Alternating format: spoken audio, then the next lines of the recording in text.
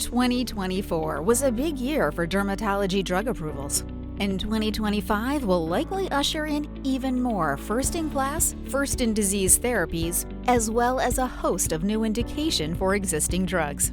Each year at the Maui Derm NPPA conference, Dermatology Digest medical editor Dr. Ted Rosen and George Martin, founder of Maui Derm, give a presentation on the newest drugs in dermatology. The fan favorite session gives attendees a snapshot of what's here and what's coming down the pike in atopic dermatitis, psoriasis, alopecia areata, vitiligo, and many other skin disease and conditions. In case you missed it, this episode of Beyond the Headlines, the official Dermatology Digest podcast, has you covered. Doctors Rosen and Martin start off the session with a discussion of new drugs for molluscum. Molluscum, you can't tell mom for a kid, oh, it's going to go away in just a few weeks or months because it can last for years. And so we now have this berdazimer gel. Remember that this is a new chemical entity, but it requires a proton donor. So the actual use releases nitric oxide. The berdazimer gel isn't the therapy. It's the nitric oxide that's released. It's antibacterial, antiviral, antifungal.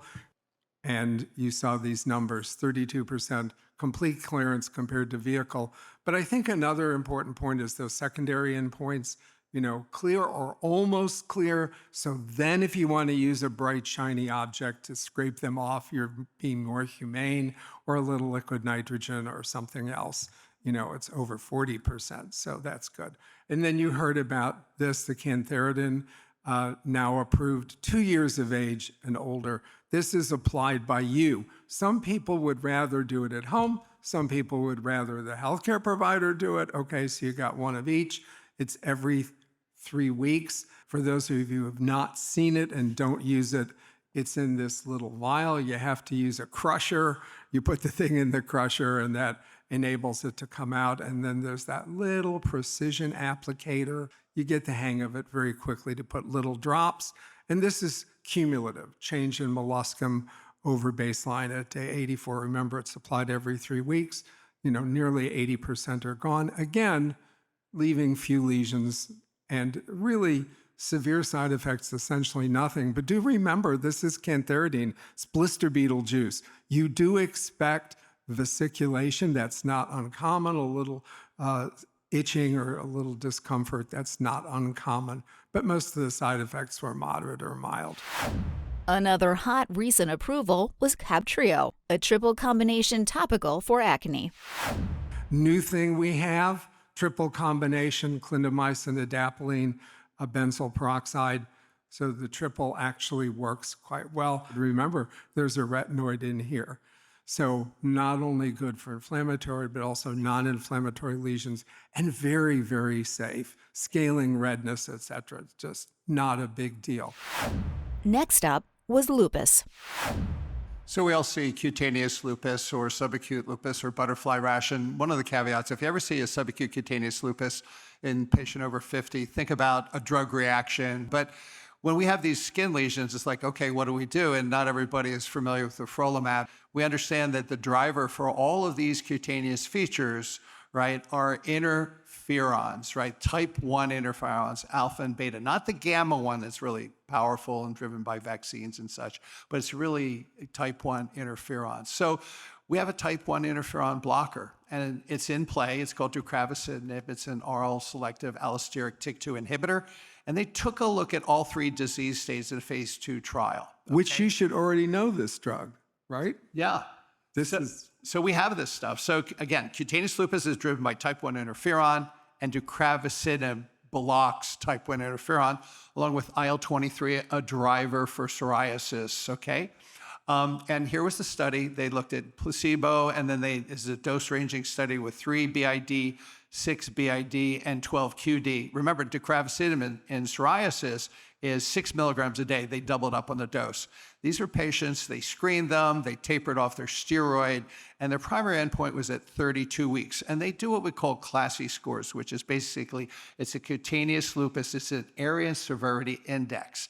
And so the primary endpoint was 32 weeks, secondary endpoint was 48 weeks. You see pretty dramatic improvement across all dose ranges, right? And so this drug, it does in fact work in cutaneous lupus. So we hopefully will have an option to basically biologic agents such as afrolimab and the two other agents that are coming the way in lupus. There's 3 of them that are going to be in play in probably the next 2 years, one definitely in play now. But afrolimab is really for systemic lupus. However, all studies indicate it works in cutaneous lupus. Now it looks like we have an oral selective molecule that's going to be able to treat cutaneous lupus. There's been a topical revolution in atopic dermatitis, along with new systemics to help reduce itch and lesions. Atopic dermatitis. Let's talk topicals, okay? So the cool thing is that as we move down the road, roflumilast, the 0.15%, you've just heard is approved on July 9th. And tapinarof, I think their PDUFA date is hopefully going to be before the end of the year. We're going to have tapinarof in play. So again, roflumilast and tapinarof, super safe. This is just a little table showing where things are, ruxolitinib, topical tapinarof, and topical roflumilast. When we talk about AD roflumilast, we're going to talk about the 0.15%. So anyway, let's take a look at what roflumilast is approved for. So again, roflumilast is now approved, 0.15% cream daily in atopic dermatitis for 6 years and older, right? And here you can see the 3 known approvals for roflumilast. Again, it's a PDE4 inhibitor. Like crisaborole is a PDE4 inhibitor, except this one is 200 to 300 times more powerful than actually apremilast, okay? So this is the most powerful PDE4 inhibitor.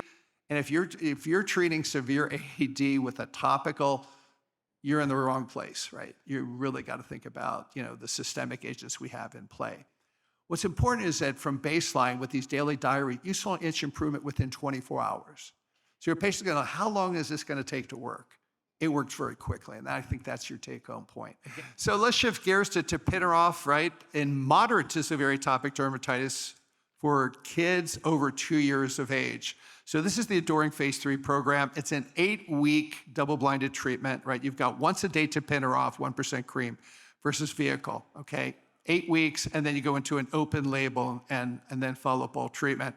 You can see that a quarter of the patients in this big study, again, 80% of patients are well balanced across pediatric age groups. This is your age group, well represented. And what you see is that when you look at EASI-75, over 55% of patients achieved an EASI-75 and improvement by week 8. And so this is impressive when you see this data. There is the understood folliculitis that's really, it won't stop the drug. It is present with the drug. You see it in 10% or less patients. But again, it really doesn't cause people to want to stop the drug.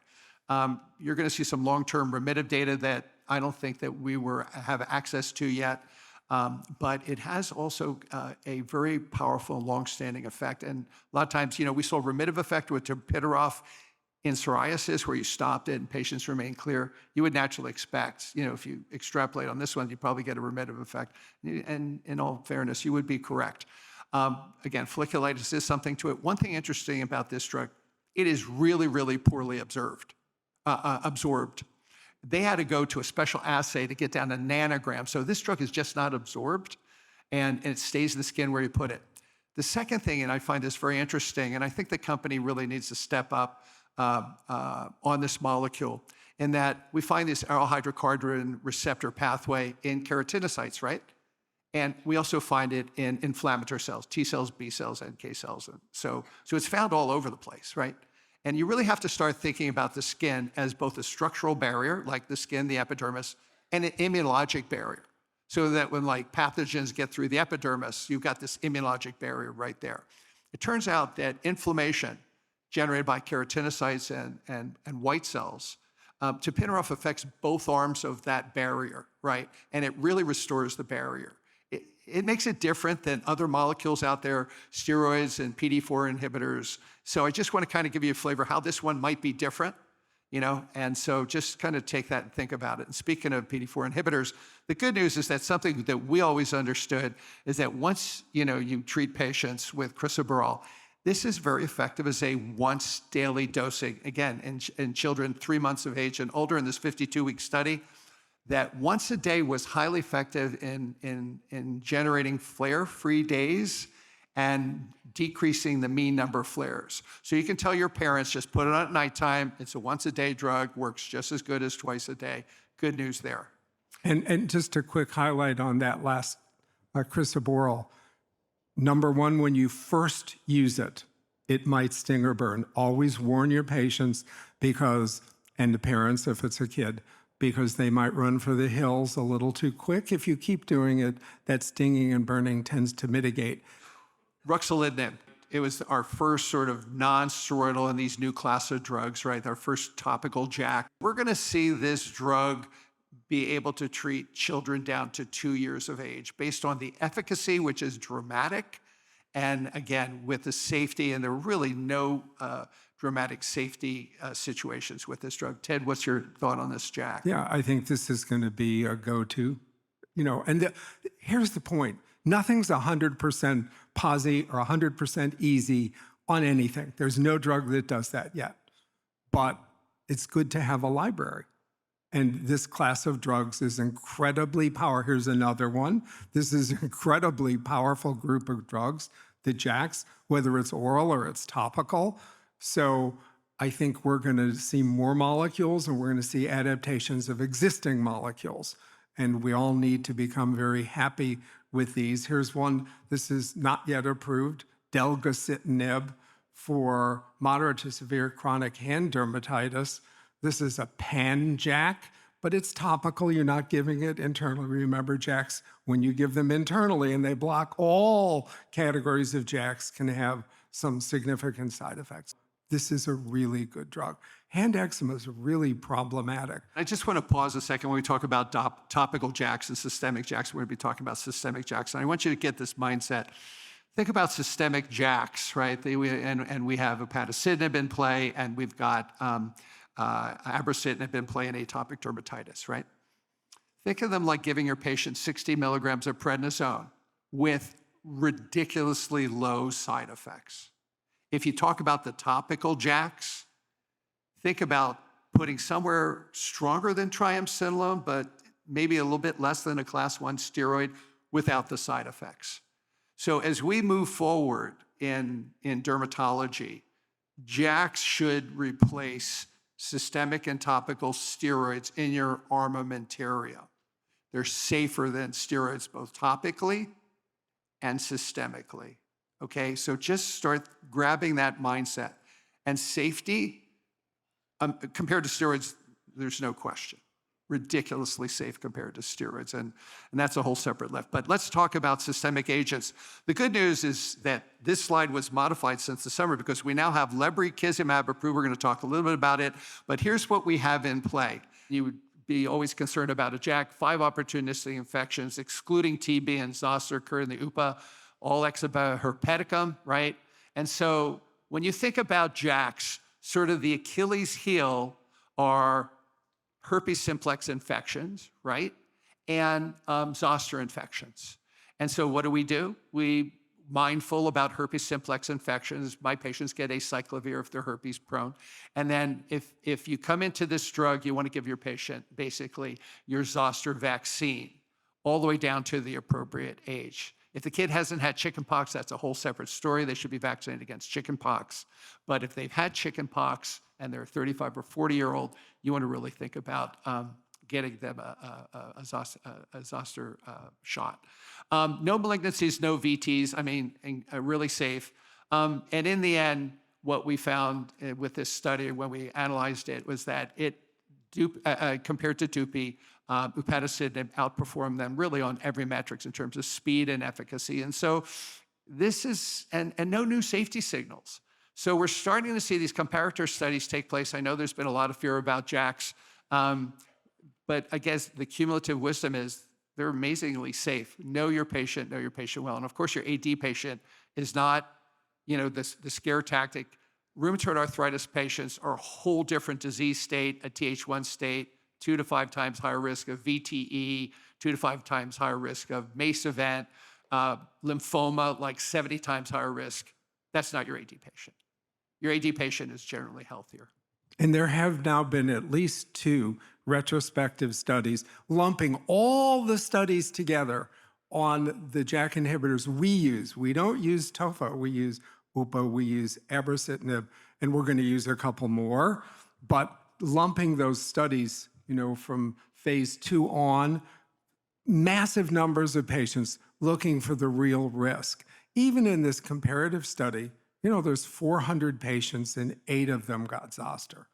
That's not a big risk, and it's not a risk that we don't have therapy for. We do have excellent therapy for, but the major things you worry about, cardiovascular side effects, increased all-cause mortality, increased cardiovascular cancer, for example, additional, they just don't happen to a great degree.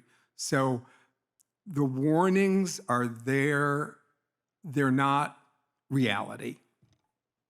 So let's talk about approved monoclonal antibodies in AD, right? And we're going to kind of go down the list and see what's new. So since we convened last time, tralokinumab, which is a monoclonal antibody against IL-13, was approved for age 12 to 17. Tralo really selectively targets IL-13. In 12 to 17-year-olds, you load them with 300, and it's 150 milligrams every 2 weeks. Adults 18 and up, as you know, it's kind of like the Dupy loading regimen, 600 milligrams and then 300 milligrams every 2 weeks. And with your adults, if they're clear at like 16 weeks and they're doing great, you can extend the dosing out to every 4 weeks. So just remember, that's one of the advantages of this drug. And if you work in the VA system, that's why Tralo is now on a national level considered to be the drug of choice. You're allowed to increase the dosing interval if they're doing well to 4 weeks, which reduces use of drug. It's convenient for the patient and it's cost effective. So Lebri. So 2 days ago, I got a text. Lebri's approved, right? Finally, right? So it was approved, what's today, the 15th? So 2 days ago, it's approved, and here we have it, right? So lebrikizumab, as you know, is an IL-13 selective monoclonal antibody. The little difference with Tralo, it doesn't knock out the decoy receptor, which is really more of a theoretical thing. We could wax poetic on it, but it really makes no difference clinically in AD. But it does effectively knock out IL-13, and it really doesn't knock out the decoy as does Tralo. So let me talk briefly about how the dosing on this goes. It should be posted now. So you load the patient with 500 milligrams. These are 250 milligram syringes at week 0 and 2, and it's followed by 250 milligrams every 2 weeks until week 16 or later when adequate clinical response. And then your maintenance dosing is a single monthly injection if they do well every 4 weeks. And you use this with or without topical steroids. Conjunctivitis is still a problem with this class of molecules. The ocular surface is an epithelium. Your skin is an epithelium, right? And so aberrancies, genetic aberrancies in AD in some patients transmit to the ocular surface. And, so there's some drugs being developed particularly to affect this, but conjunctivitis can be managed, and very infrequently will you not be able to manage it. The vast majority of my patients with any kind of conjunctivitis can manage. I'm become a big fan of Zidra, and the problem is in little kids, Zidra's off-label, so you got to come up with some newer things, and sometimes it's just not possible, and you may have to switch. But again, sometimes switching from, like, say, Dupy to Tralo works, and maybe Dupy to this molecule works for conjunctivitis. But again, the IL-13s are very selective. And we know what severe hand dermatitis looks like, right? We've got Delgo coming topically, a JAK, and importantly, Dupy's been approved for severe hand dermatitis. And then they developed this sort of skin-modified score for hand eczema severity score. Needless to say, Dupy did very well in treating hand eczema. So there's patients with really refractory hand eczema. They might be kitchen workers. They might, be working with solvents and things like that. This is a really good drug for helping them out in that way. So Nemo is approved for PN. It's not yet approved in atopic dermatitis. And so let's talk briefly about Nemo. So Nemo is a humanized monoclonal antibody against the IL-31 receptor, a major driver for itch. Okay, so what's interesting is we historically have thought about IL-31 as being downstream of IL-13 and triggering itch. when they look at basal cells, it turns out that IL-31's upstream, so that when IL-31 is present, it will drive basal cells to produce IL-13 and IL-4 and drive AD, right?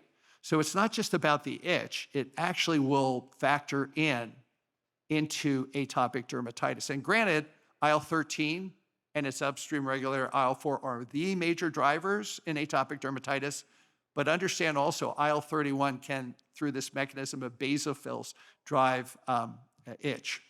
What's also interesting about IL-31 is that it's involved in so many disease states. I mean, it's crazy when you start digging deep. Importantly, and in atopic dermatitis, the presence of IL-31 causes those really irritated sensory nerve endings, like in the anticubitals, popliteals, back of the neck, to grow and elongate, like they actually grow. And so your sensory neurons that are driving people nuts with itch grow under the influence of IL-31. So IL-31 is a driver for sustained itch through those sensory nerve endings. And by the way, we always wondered, Ted and I, like when we were treating AD for a long time, over decades, why our patients never really responded to antihistamines. And the only time they did was when you gave them and their parents enough Benadryl to put them all to sleep, right? And it's like, well, why don't antihistamines work on an itchy rash? It turns out that the major drivers for itch are non-histamine sensory neurons that are driven by IL-13, IL-31, TSLP. And they have their own receptors that drive itch. So there's a whole class of sensory neurons that will drive you nuts itch-wise that histamines are not involved, which is why antihistamines don't work to suppress itch in those patients. And that's why when you take a JAK, that's a signal transduction molecule for itch. What's a JAK1 block as a signal transduction molecule?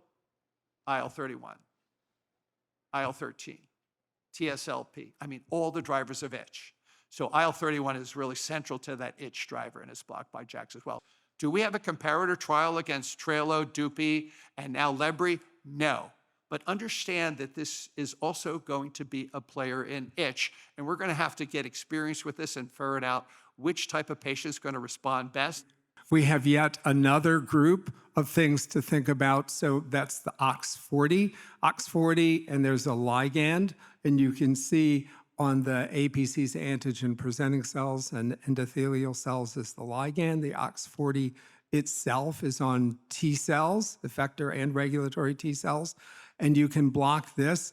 This particular, when the OX40 ligand meets OX40, you enhance the T cell activity, and then you get the production of what?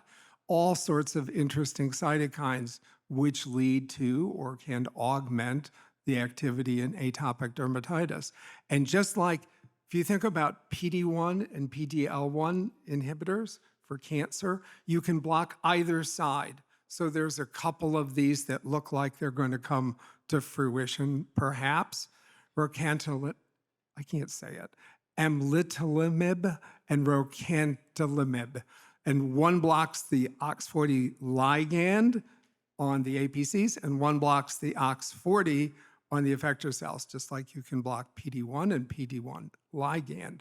No hypersensitivity, no real safety signals for this blockade. What's really driving the excitement behind this class of molecule, the OX40 pathway? The OX40 pathway is a driver for resident memory T cells. So think about this. T cells sit in your dermis, in your papillary dermis. Resident memory T cells live there with a full memory, and under influences of different cytokines, and OX40 being one of them, the driver for that, they'll hang around for about 4 to 8 years, not days, weeks, months, years.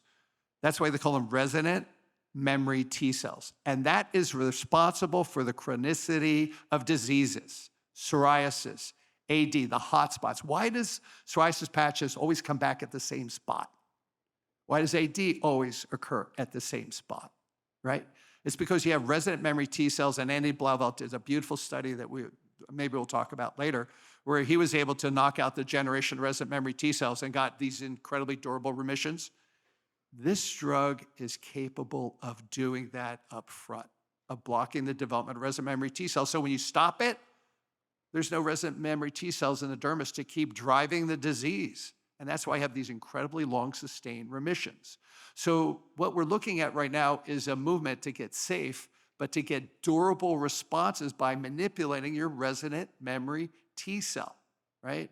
So that's really important. There's this transition from CD8 positive T cells that are in the inflammation to resident memory T cells, and that pathway is blocked. And so that's why we're seeing these incredibly durable after you stop the molecule, right? So anyway, prurigo nodularis. Nemo just got approved August 13th, 2024, age 18 and up. Dupi has already been approved. And here we see Nemo, there's the branded name up there. So this drug comes in 30 milligram pre-filled pen. As you know, Nemo's an IL-31 receptor antagonist. And this is what drives itch. This is a real itch stopper, and it does it very quickly. It stops itch dead in its track. And then week 28 through 24. Yes, prurigo nodularis patients, if you think about what drives them crazy is the itch. Secondarily, they're the bumps. So it's really not correct, and I think George just discussed this, to think of IL-31 just as the itch cytokine. Because if it's just itch, you might make their itch go away, but they got all these ugly bumps. So you're not just stopping the itch, you're making the lesions disappear, which is equally important for these patients. So I think this is great. And again, now we have Dupi and Nemo for prurigo nodularis. So we have options because no drug is going to be uniformly effective. Alrighty. What was interesting, and I reached out to the company about, like, when you look at this in the Nemo study, one of the transient AEs was atopic dermatitis, okay? And about 5% of patients experienced it. It wasn't really severe, but there's yet to be an explanation of how it could trigger atopic dermatitis. So stay tuned until we figure that one out. But again, very small percentage of patients. 10 out of almost 200. So not likely. Minor. So anyway, it did great on itch. AEs were pretty much the same in both group. Now we have something that listen, it clears an amazing drug for prurigo nodularis.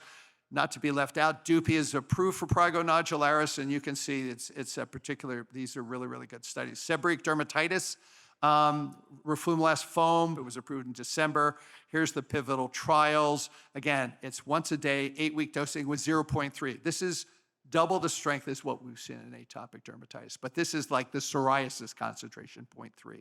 And these are patients with a lot of sebderm, primarily Caucasians with moderate to severe disease involving the usual spots, the scalp, face, ears, eyelids, and over half the patients achieved a clear score, which is dramatic.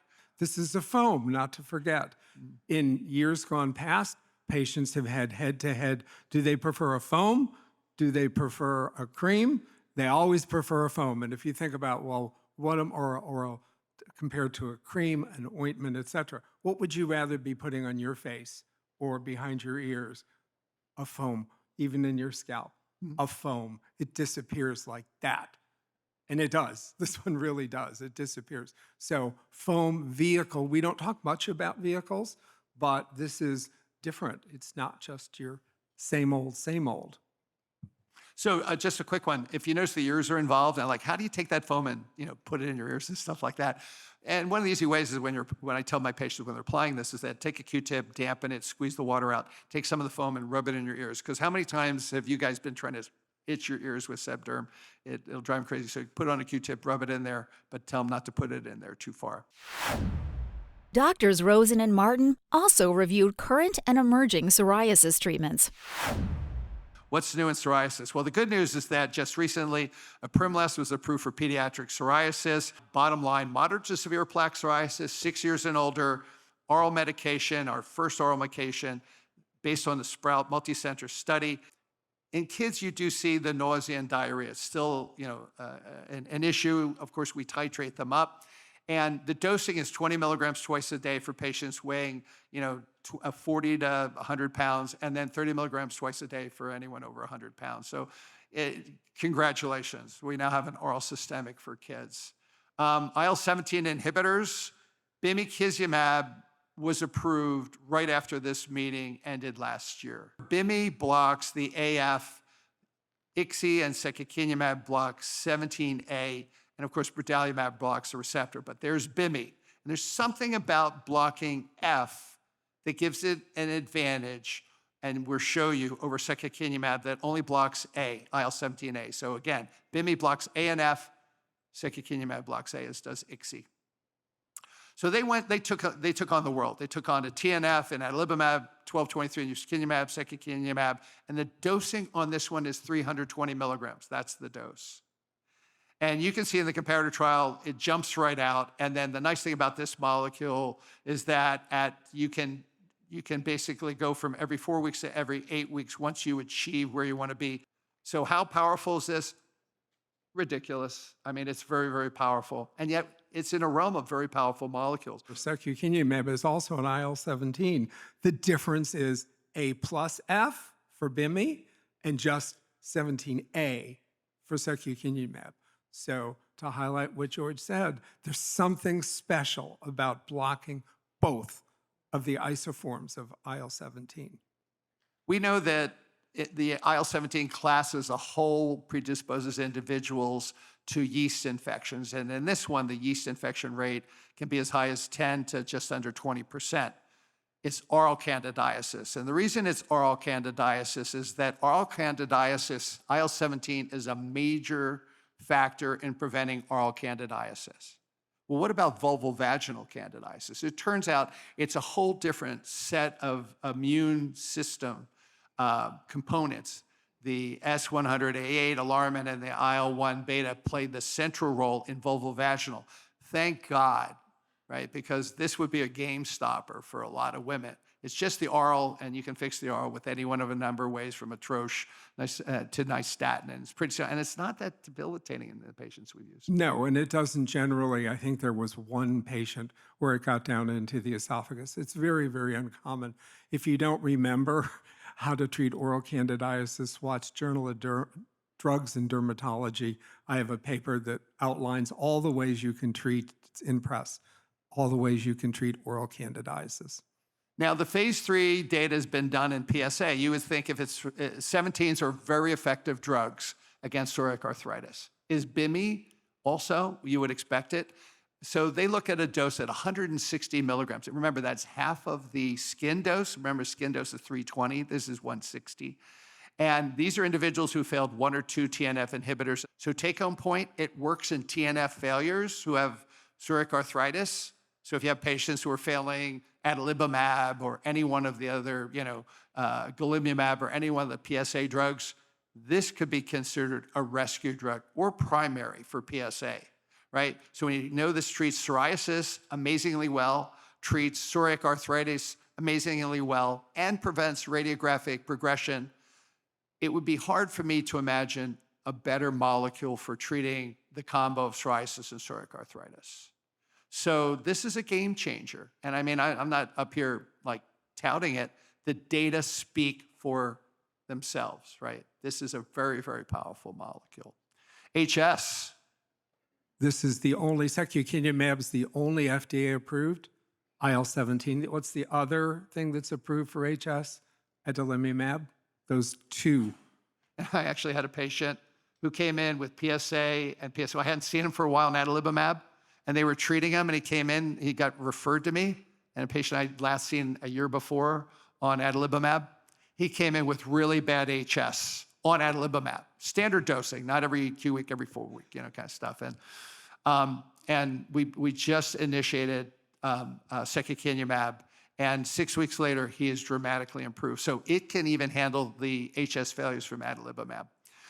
Loading dose, 300 milligrams, standard loading dose, followed by, 300 milligrams every 4 weeks after that. Now, if the patient doesn't respond to every 4-week dosing, you can go to every 2 weeks, okay? So it has that ability to go from every 4 weeks to 2 weeks if a non-responder. Now, if that 17 works really well, what about Bimi? We've just talked about. If A works, what about A plus F? And so their phase 3 trials have been completed with Bimi, 320 milligrams every 2 weeks, and then going from every 2 weeks to every 4 weeks versus every 4 weeks, and high scarf 50s. it's a drug that also maintains efficacy over time, and that's almost a year's time. And the usual things you see, the candidiasis, I'm not going to belabor this, a very busy slide, but feel free to read this at home. It's basically, you would see a little candida infection as we would expect. So, not yet approved for HS, approved for psoriasis, coming for HS. So now you'll have 3 biologic drugs that are approved for HS. And honestly, that is totally a game changer. This one plus secukinumab.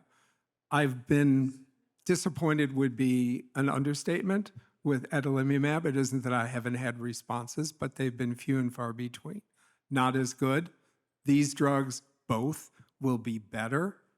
They will preserve the response for long periods of time, good safety, and we know from long-term secukinumab use in psoriasis, it's a safe drug, even in the long term. So we've changed the outlook.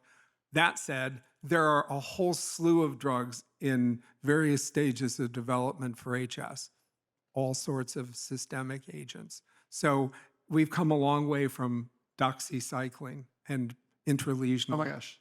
And also 1% clascoterone, the 1% for the mild. You know, it's actually a twice-a-day drug, and yet the study was done once a day. I have my patients who have mild stuff just use it twice a day. Figure they get the max benefit. Chronic spontaneous urticaria used to be in our domain. Xolair came along. We were worried about anaphylaxis. We kicked it over to allergists. It's coming back our way. Again, CSU is urticaria lasting greater than 6 weeks, and angioedema, the lip swelling, is just urticaria in the deep tissue.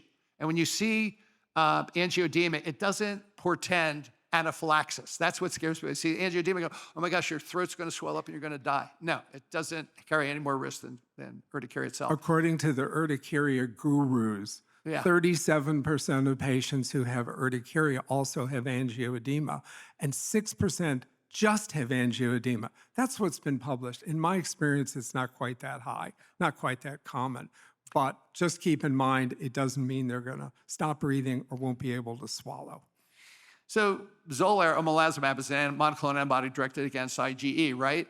And so it's been around for a decade. The fear is that 1 in 1,000 patients who are actually usually asthmatic, it's not the CSU patients, the asthmatics, have anaphylaxis. So dermatologists who are afraid to give biologics, they're like, oh, no, give it to the allergist. They might anaphylax. So we lost this drug. I still have a half dozen patients on Xolair. It works great.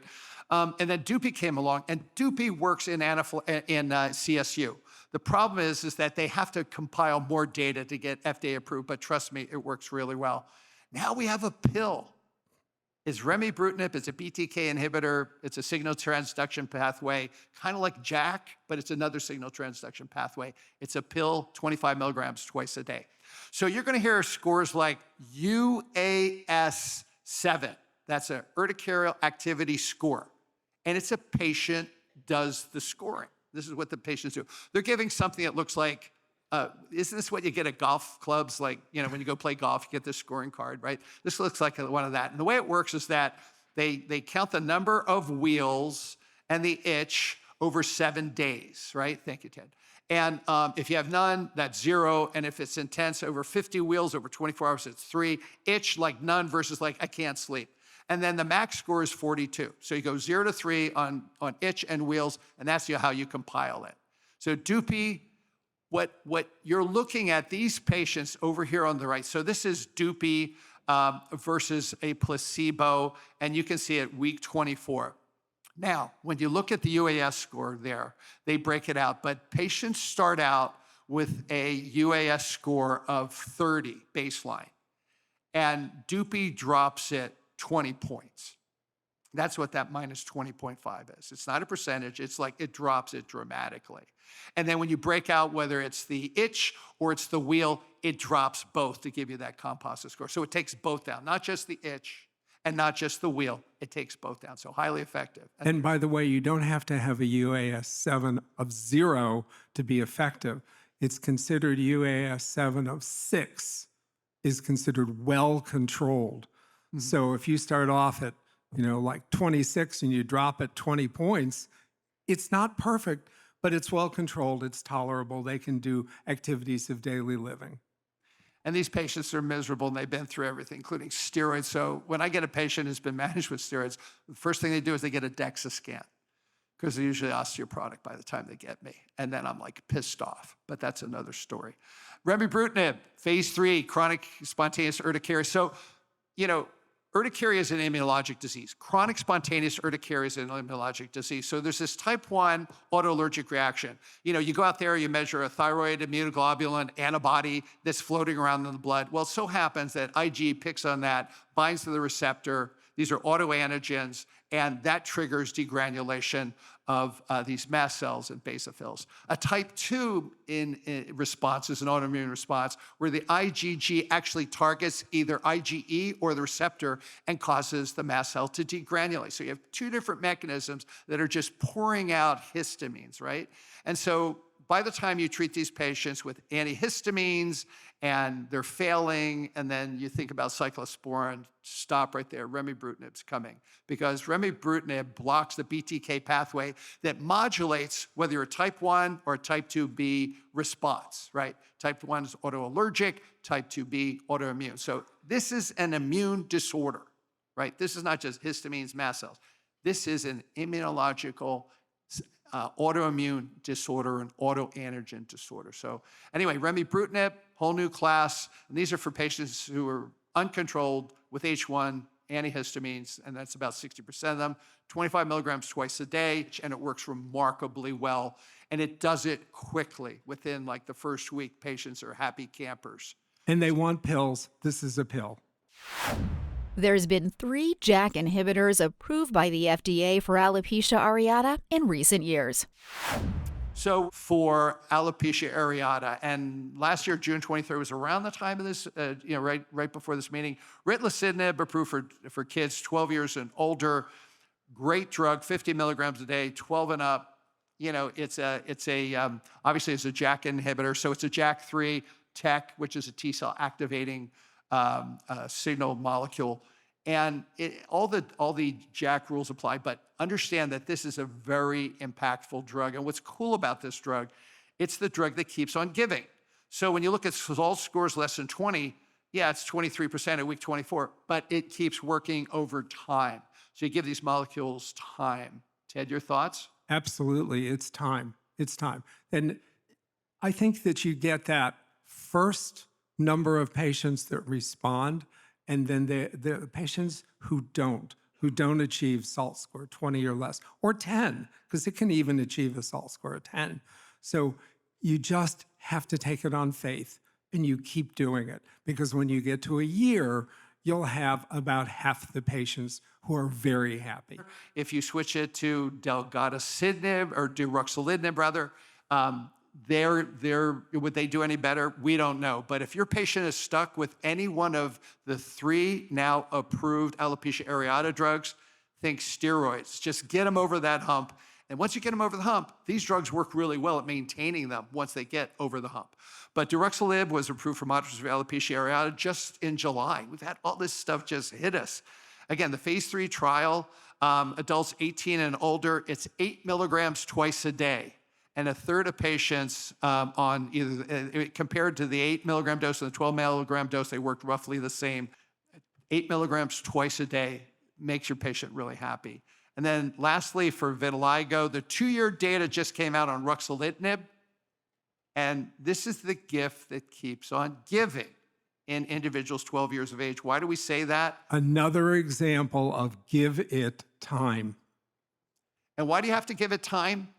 Melanocytes move slower than snails and me in a 100-yard dash, right? They got to fill in, right? They got to move and they got to fill in, populate, and it takes time. So between 1 year and 2 year, you're picking up more and more patients. Don't think short, think long. Press on. Results increase with time. And remember, this is topical. You're not going to have to worry about all those other things you think about when we're talking about JAK inhibitors. Take time. Encourage the patient. If I'm you guys, I get a copy of this from your rep, and I sit my patients down, which is what I do, and I say, look, this is a 2-year run, this marathon, but look at what the expectation is, at least for this patient. You may follow suit, you may not, But we got to give this time. There's nothing else out there, right? Stop and think about it. I mean, you got Narrowband UVB and a few other things, but in terms of topical therapy, there's stuff coming and there are oral jacks coming. Thanks for listening to this episode of Beyond the Headlines, the official Dermatology Digest podcast.